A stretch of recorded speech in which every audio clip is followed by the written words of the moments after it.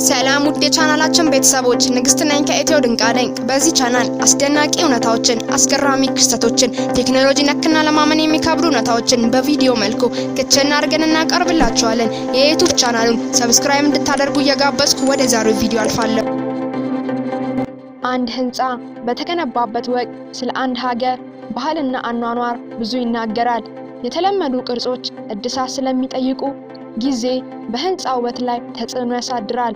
በተጨማሪም የህብረተሰብ ተለዋዋጭነት በህንፃ ዲዛይን ላይ የራሳቸው ተጽዕኖ አላቸው።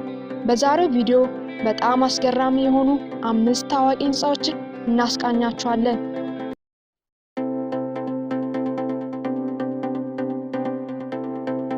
አምስተኛ ስፔስ ኒድል። ይህ ህንፃ በዋሽንግተን ውስጥ የሚገኝ ሲሆን በ1962 የከተማዋ የዓለም ትርኢት በተጸነሱ 2 ሐሳቦች የተነሳ የሲያትል ረጅምና እውቅና ያለው ህንፃ ተገንብቷል። አንደኛው ጽንሰ ሐሳብ በተጣራ ፊኛና በሌላ ደግሞ በራሪ ሳህኖች አይነት ንድፍ ተነሳስተው ነው። ይህንን ህንፃ የገነቡት በኤድዋርድ ካርልሰን እና በጆን ግራ የቀረቡት እነዚህ 2 ሐሳቦች ለዋሽንግተን ትልቅ ምልክት መፍጠር ችለዋል።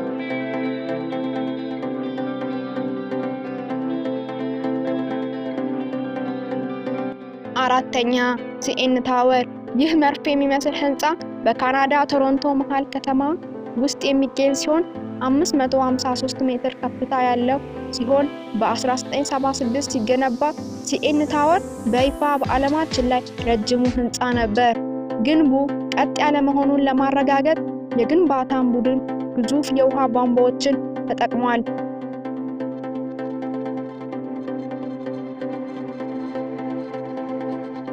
ሶስተኛ ቡርጂ አልአረብ ጁሜራ። ይህ ህንፃ ዱባይ ውስጥ የሚገኝ ሲሆን በአነስተኛ ሰው ሰራሽ ደሴት ላይ የተቀመጠው የመርከብ ቅርጽ ያለው የቅንጦት ሆቴል ነው። ከጁሜራህ የባህር ዳርቻ ወደብ የሚመጣ ይመስላል። መዋቅሩ የተቀረጸው በእንግሊዝ የተወለደው አርክቴክት በቶም ራይት ነው።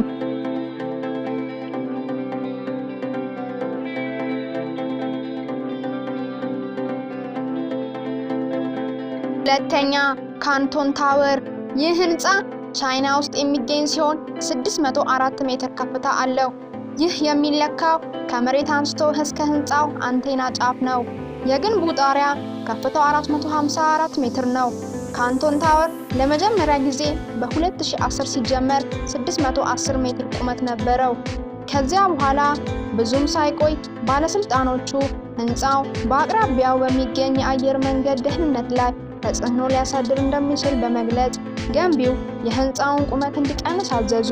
ስለዚህ የአንቴናው የላይኛው ክፍል ቁመቱን ለመቀነስ የተቆረጠ ሲሆን የህንፃው ቁመት ወደ 604 ሜትር ተቀንሷል። ካንቶን ታወር በቻይና ረጅሙና በዓለም ላይ 3ኛው ረጅሙ ህንፃ ነው። ህንፃውም ከቻንጋይ ታወር በኋላ ብቸኛ የቻይና 2ኛ ረጅሙ ሰው ሰራሽ ህንፃ ነው።